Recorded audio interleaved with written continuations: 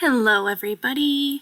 Today we're going to talk about session 13, and as I mentioned at the end of the last session, Dawn, Carla, and Jim had the hard realization that Ra was requesting that they paid attention to their questioning a lot more than they were at the end of each session when they were speaking of the alignments. So in this session, Dawn's going to be very focused on trying to ask what he perceives as the proper line of questioning to Ra, and we're going to talk about the evolution of infinity into finity. And so I'm just going to say right off the bat that it might be kind of hard to translate all of these into another way of saying it because it's kind of heady stuff, but I'm going to do my best as always, and we're going to see what Ra has to say. So, I am Ra. I greet you in the love and the light of the infinite creator. I communicate now. Questioner. First thing I would like to do is apologize for the stupid questions that I've asked while searching for what we should do. I consider what we are doing a great honor and privilege to be also humble messengers of the law of one, and at this time believe that the way to prepare this book is to start at the beginning of the creation, following the evolution of man and the evolution of man on earth, to the best of my ability at all times investigating how the law of one was used. I also think that I need to finish the book. Let the material that we have already carry the end of the book. I would also suggest the title of the book, The Law of One. I'd like to state the author as Ra. Would you agree to this? I am Ra. Your query is unclear. Would you please state as separate queries each area of agreement? Questioner. First, I'd like to start at the beginning of creation, as far back as we can go, and follow the development of man to the present time. Is this agreeable? I am Ra. This is completely your discernment/understanding/decision. Questioner. Secondly, I would like to title the book The Law of One by Ra. Is this agreeable? I am Ra. The title of the book is acceptable. The authorship by vibratory sound complex Ra is, in our distortion understanding, incomplete. We are messengers. Questioner. Can you state who then should author the book? And Ra says, I can only request that if your discernment/understanding suggests the use of this vibratory sound complex Ra, the phrase, and humble messenger of the law of one, be appended. So, as I said, here is Don apologizing for his previous questions being out of alignment, and he's trying to verify with Ra if his current plan for a line of questioning is going to be of a proper alignment. And Ra can't necessarily say yes or no to that. They just say that it's your choice. You get to choose whatever you want, but you have to face then the consequences of whatever happens by your free will choice. Then Dawn asks if they can title the book The Law of One by Ra, and Ra says if you must use our name on the book title, the book cover, we would prefer if you appended our name with an humble messenger of the law of one. So the original printing of the books sort of does this. Apparently, the publisher really wanted to capitalize off of the Seth material. So book one, at least, says the Ra material as the biggest text on the cover. And it says the Law of One, book one, the Ra material by Ra and humble messenger of the law of one. Then the subsequent books in the original series don't have the Ra material on it. They just say the Law of One, book two by Ra and humble messenger of the law of one, etc.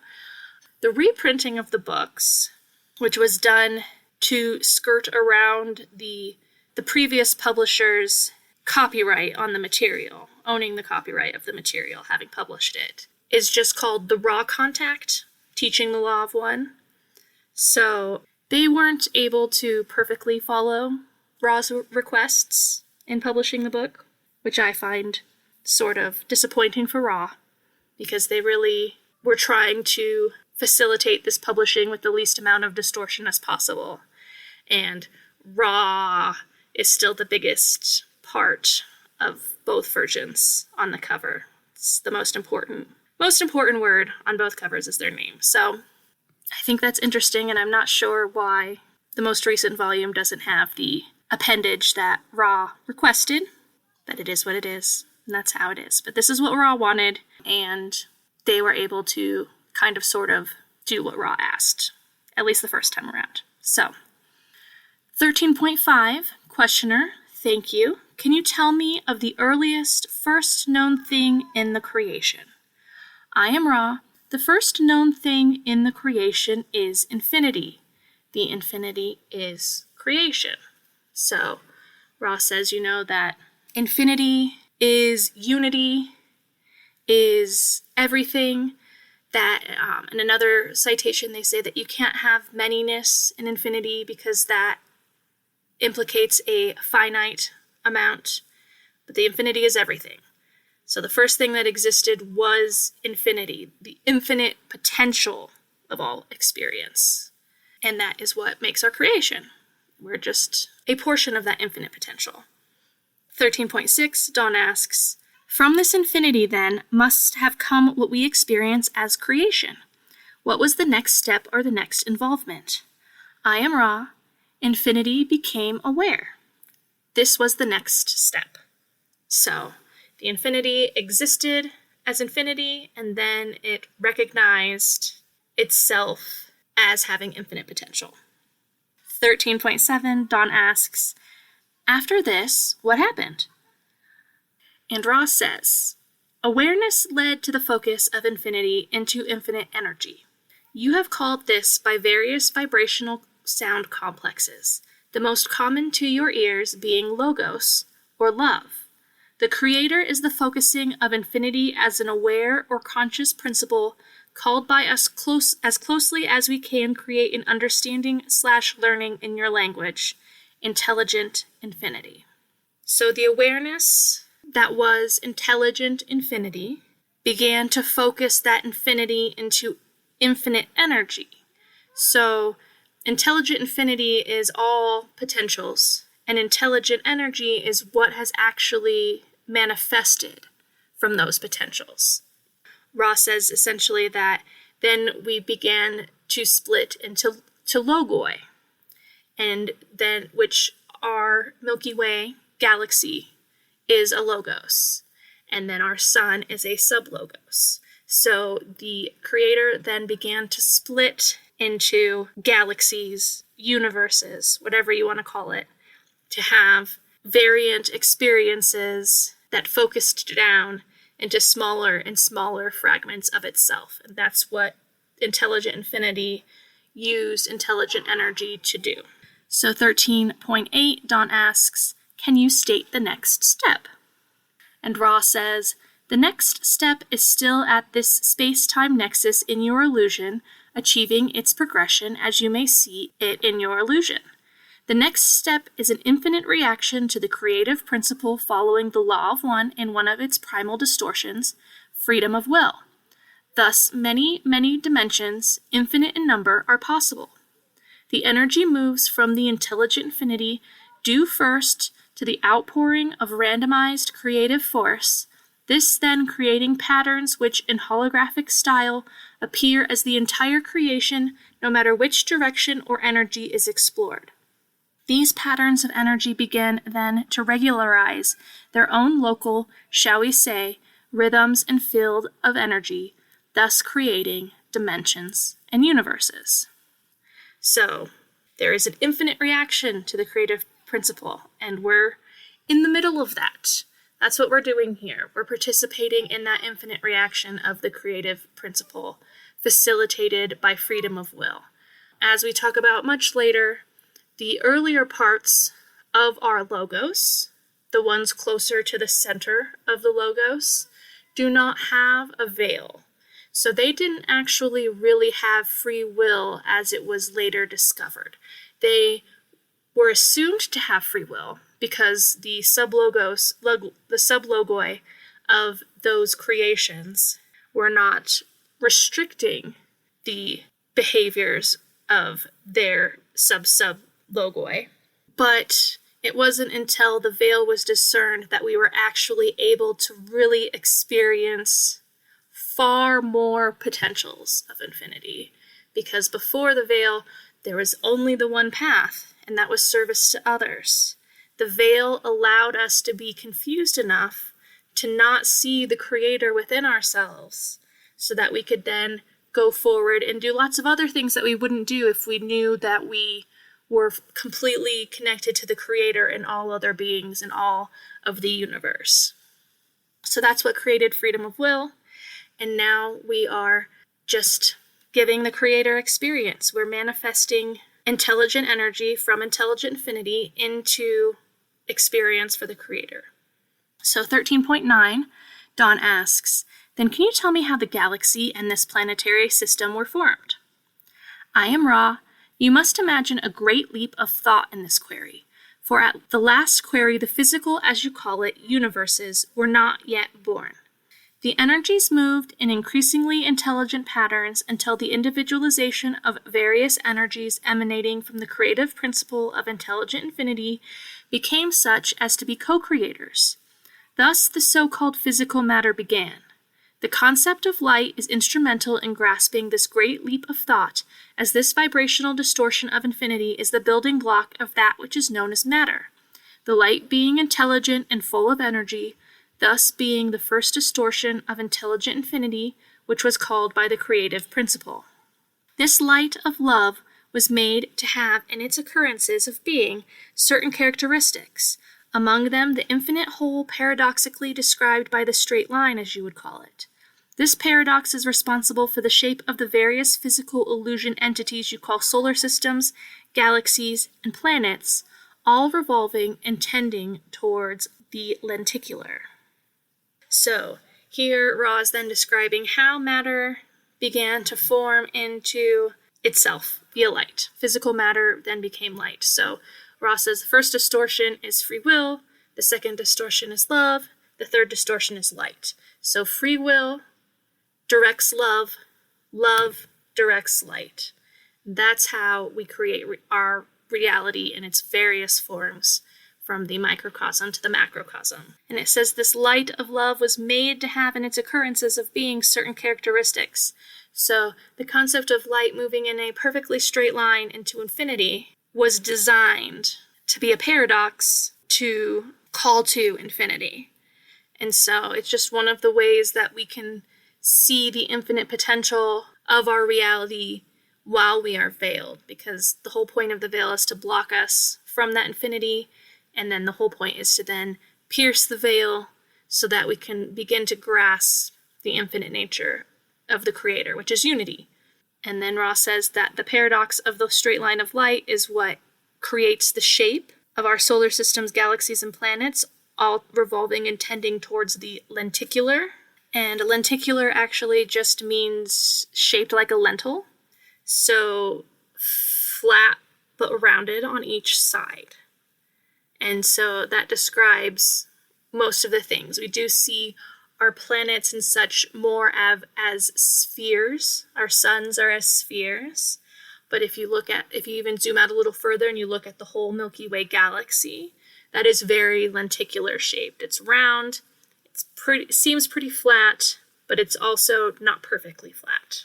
And it's all revolving in that circular pattern, in a kind of flat circular pattern, but not a perfectly flat circular pattern. So, in 13.10, Dawn asks, I think I made an error in asking that question, getting ahead of the process that you were describing. Would it be helpful to fill in that great leap that I mistakenly made? I am Ra. I attempted to bridge the gap. However, you may question me in any manner you deem appropriate. Questioner, could you tell me, taking the question previous to the one that I asked about galaxies and planets, would you tell me the next step that occurred after that step? I am Ra. The steps, as you call them, are at the point of question, simultaneous, and infinite. So, once the creation starts manifesting things in the physical, that's just happening all at once. And it's happening all the time. I guess you can maybe sort of wrap your brain around that. It's all happening at once. Planets are being born, and planets are being destroyed, and people are being born, and people are being destroyed. It's all happening at once. So in 13.12, Dawn asks, could you tell me how intelligent infinity became, shall we say, I'm having difficulty with some of the language, how intelligent infinity became individualized from itself? I am Ra. This is an appropriate question. The intelligent infinity discerned a concept. This concept was discerned due to freedom of will of awareness. This concept was finity. This was the first and primal paradox or distortion of the law of one. Thus, the one intelligent infinity invested itself in an exploration of manyness. Due to the infinite possibilities of intelligent infinity, there is no end to manyness.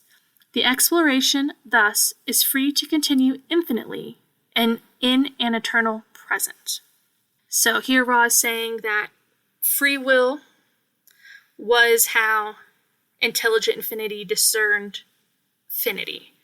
It was giving all beings from the macrocosm to the microcosm the ability to explore themselves in a way that then leads to more experiences for the creator. The potentials are infinite, and so all of creation is designed in a way that facilitates the expression and exploration of these infinite possibilities that are available for the creator to have. So in 13.3, Dawn asks, was the galaxy that we are in created by the infinite intelligence, or was it created by a portion of the individualized infinite intelligence? I am Ra.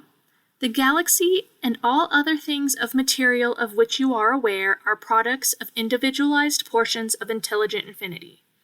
As each exploration began, it, in turn, found its focus and became co-creator. Using intelligent infinity, each portion created an universe, and allowing the rhythms of free choice to flow, playing with the infinite spectrum of possibilities, each individualized portion channeled the love light into what you might call intelligent energy, thus creating the so-called natural laws of any particular universe. Each universe, in turn, individualized to a focus, becoming, in turn, co-creator and allowing further diversity, thus creating further intelligent energies, regularizing or causing natural laws to appear in the vibrational patterns of what you would call a solar system. Thus, each solar system has its own, shall we say, local coordinate system of illusory natural laws. It shall be understood that any portion, no matter how small, of any density or illusory pattern contains, as in an holographic picture, the one creator, which is infinity. Thus all begins and ends in mystery. So here Ra is saying that anything that's made of material, physical material that we can see or perceive, are portions of individualized intelligent infinity. If it was just the full infinite intelligence, there really wouldn't be individualized galaxies and solar systems. So once these energies individualized, they recognized themselves as co-creators, and then they allowed experience to flow through them and create an infinite spectrum of possibilities. So then each portion of individualized intelligent energy created its own so-called natural laws. And then each solar system creates its own set of illusory natural laws. So these are all a set of rails to sort of guide the potential experience in a way that creates more potential experience in another paradox. So a lot of what Ra's talking about here is the archetypal mind. So each galaxy has its own archetypal mind, and then each solar system refines that archetypal mind into its own set of illusory natural laws. And again, this is paradoxical because it would seem in theory that if there were no laws, it would be more of a free-for-all where we could have more experience.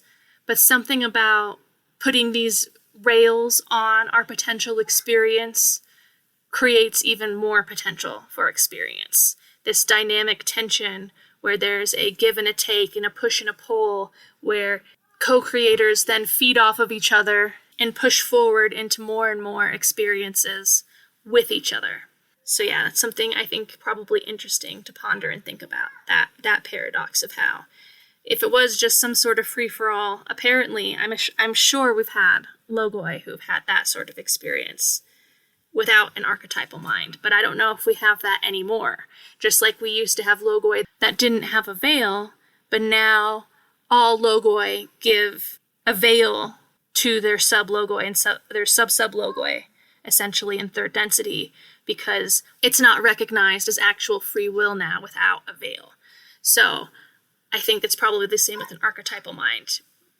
Logoi choose an archetypal mind because this system is what creates more and more potential for a dynamic experience that can then expand out further and further, creating more and more experience.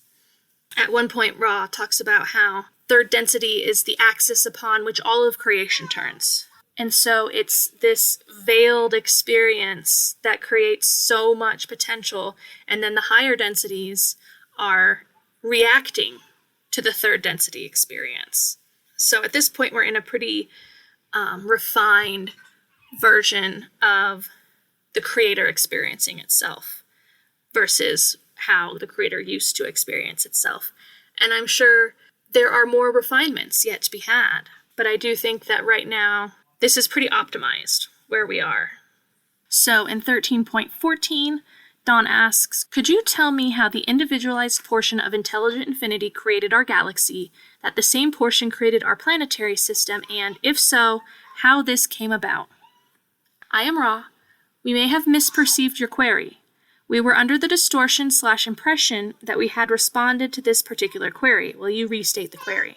Questioner, primarily then, how the, shall we say, the planetary system that we are in now evolved.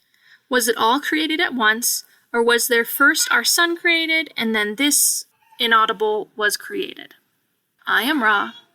The process is from the larger, in your illusion, to the smaller.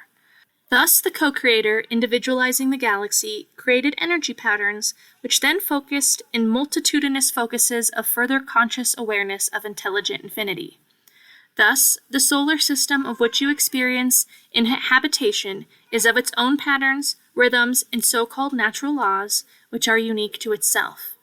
However, the progression is from the galaxy's spiraling energy to the solar spiraling energy, to the planetary spiraling energy, to the experiential circumstances of spiraling energy, which begin the first density of awareness or consciousness of planetary entities. So, here Ra is saying that first the galaxy is formed, then the suns are formed, then the planets are formed, and then the planets begin their progression through the densities, starting with the first density. And 13.6, Dawn asks, could you tell me about this first density of planetary entities? I am Ra. Each step recapitulates intelligent infinity in its discovery of awareness. In a planetary environment, all begins in what you would call chaos, energy undirected and random in its infinity. Slowly, in your terms of understanding, there forms a focus of self-awareness. Thus, the logos moves. Light comes to form the darkness, according to the co-creator's patterns and vibratory rhythms, so constructing a certain type of experience. This begins with first density, which is the density of consciousness, the mineral and water life upon the planet, learning from fire and wind the awareness of being. This is the first density.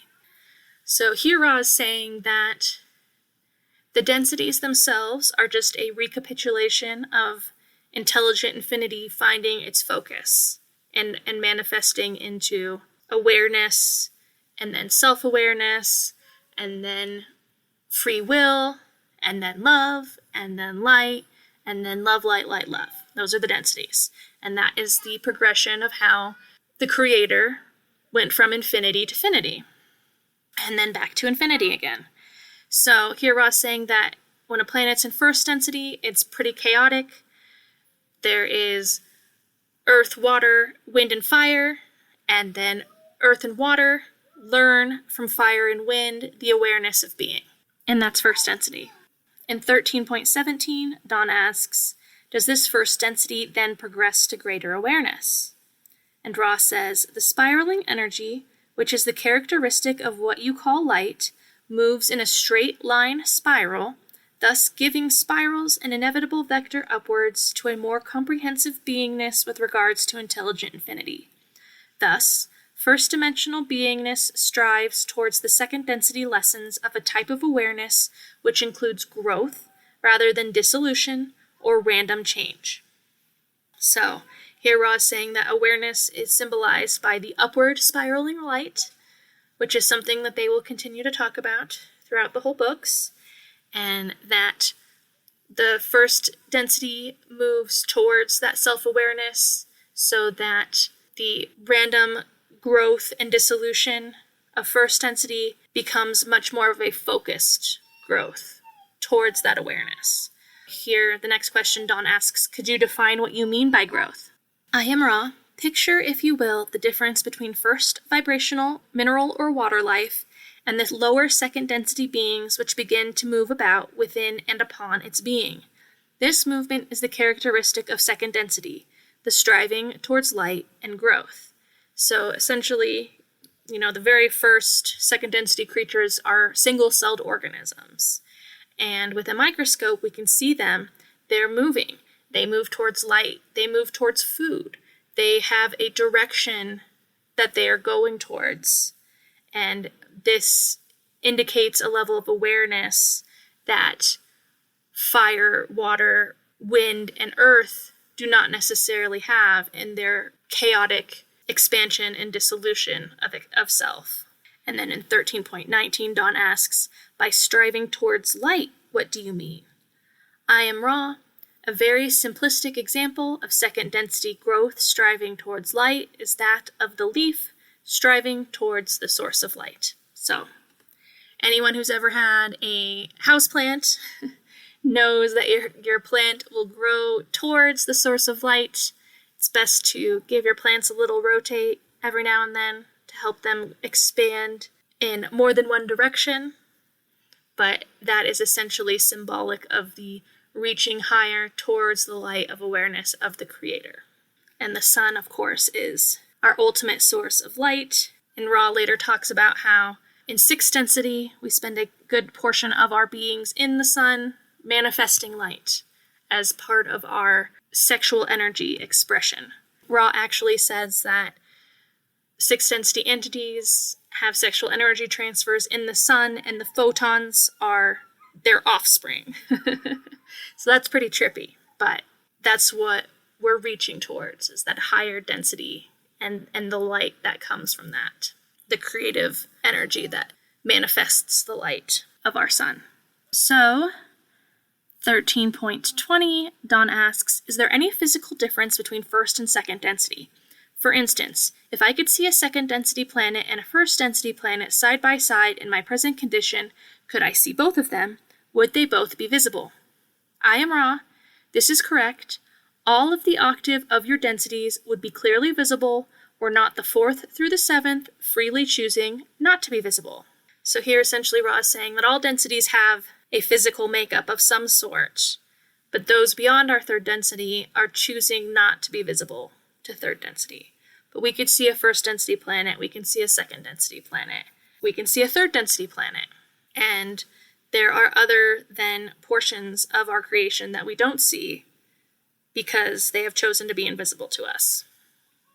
So in 13.21, Dawn asks, then how does the second density progress to the third? I am Ra. The second density strives towards third density, which is the density of self-consciousness or self-awareness.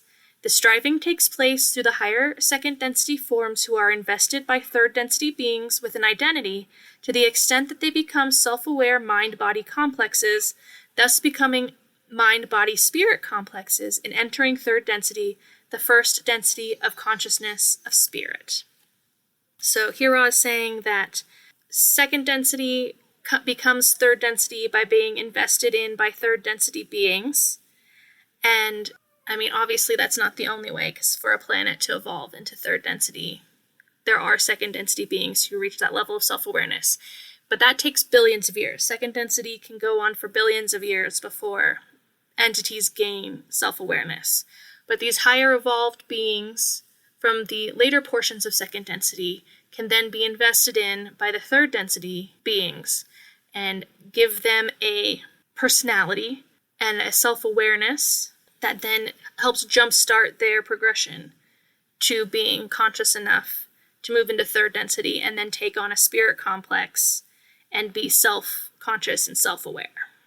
And 13.22, Dawn asks, what is the density level of our planet Earth at this time?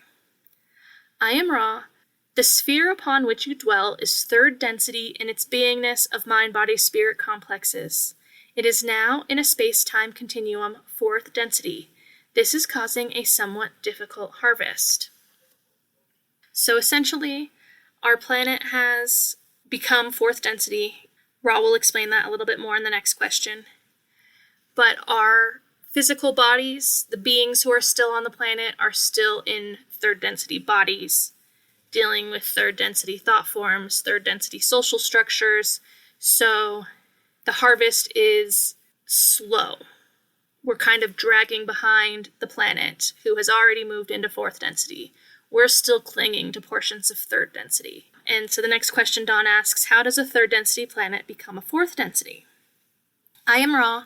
This will be the last full question. The fourth density is, as we have said, as regularized in its approach as the striking of a clock upon the hour. The space-time of your solar system has enabled this planetary sphere to spiral into space-time of a different vibrational configuration. This causes the planetary sphere to be able to be molded by these new distortions.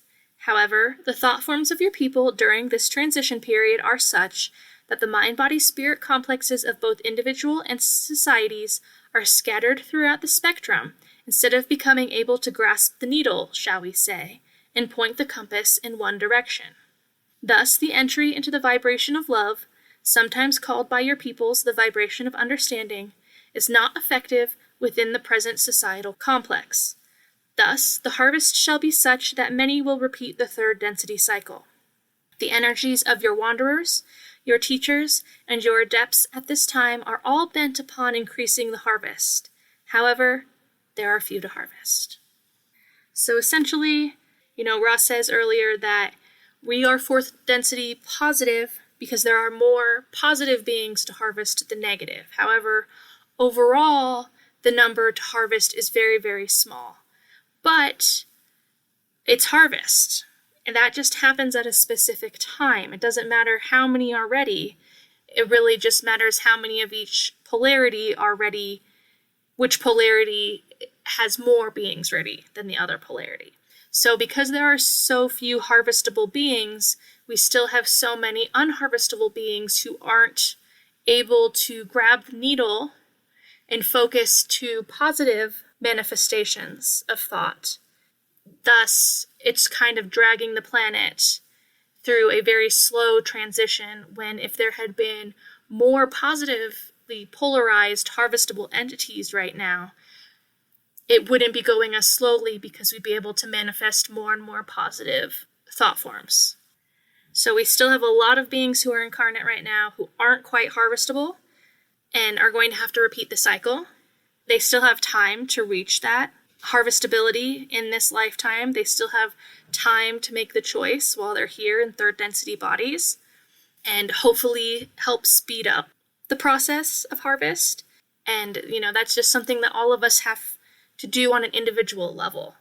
And, we can all make that choice every day. We have choices that we can make where we can choose third density thought forms or fourth density thought forms.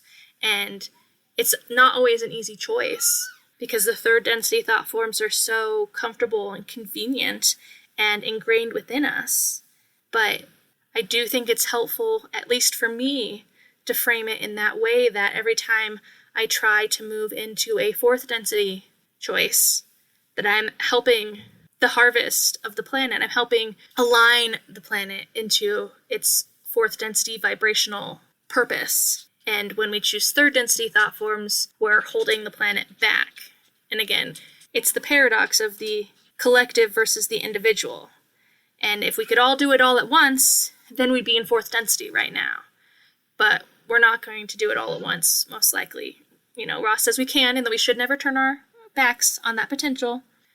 But really choosing to stay in third density because everyone else is in third density is, again, like I said, an easy choice to make, but we have the power to more and more manifest the fourth density vibrations on this planet with our individual choices, so that eventually the collective will tip over and the planet will be in fourth density. It will happen.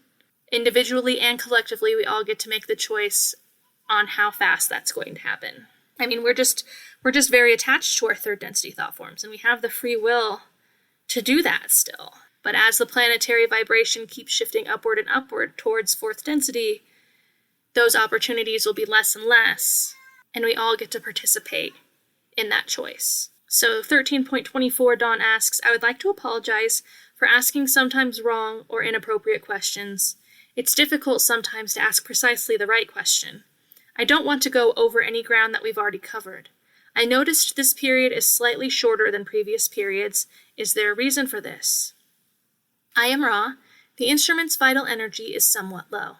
So, slightly shorter session this day because Carla had lower vital energy. So the next question, Dawn says, I am assuming from this that it would be a good idea not to have another session today. Is this correct? I am Ra. It is well to have a session later if it is acceptable that we monitor this instrument and cease using it when it becomes low in the material which we take from it. We do not wish to deplete this instrument.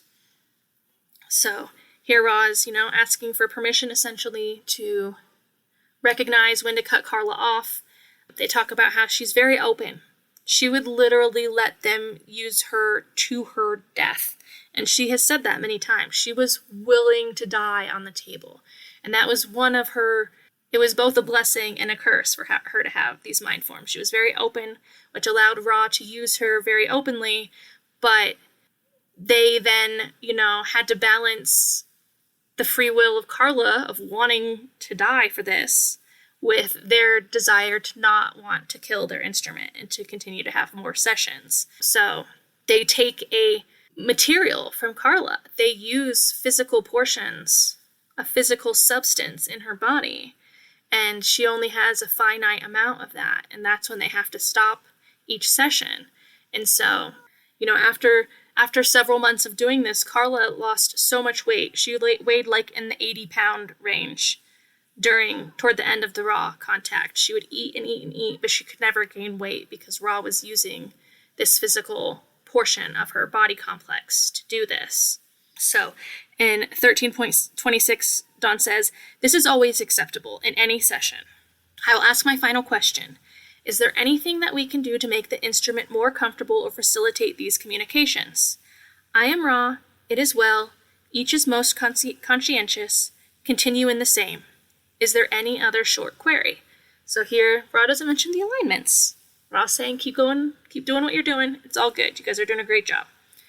And Dawn has one final question, and he says, Tom Flaherty will be here this evening and will be helping in the evening session. Is this all right?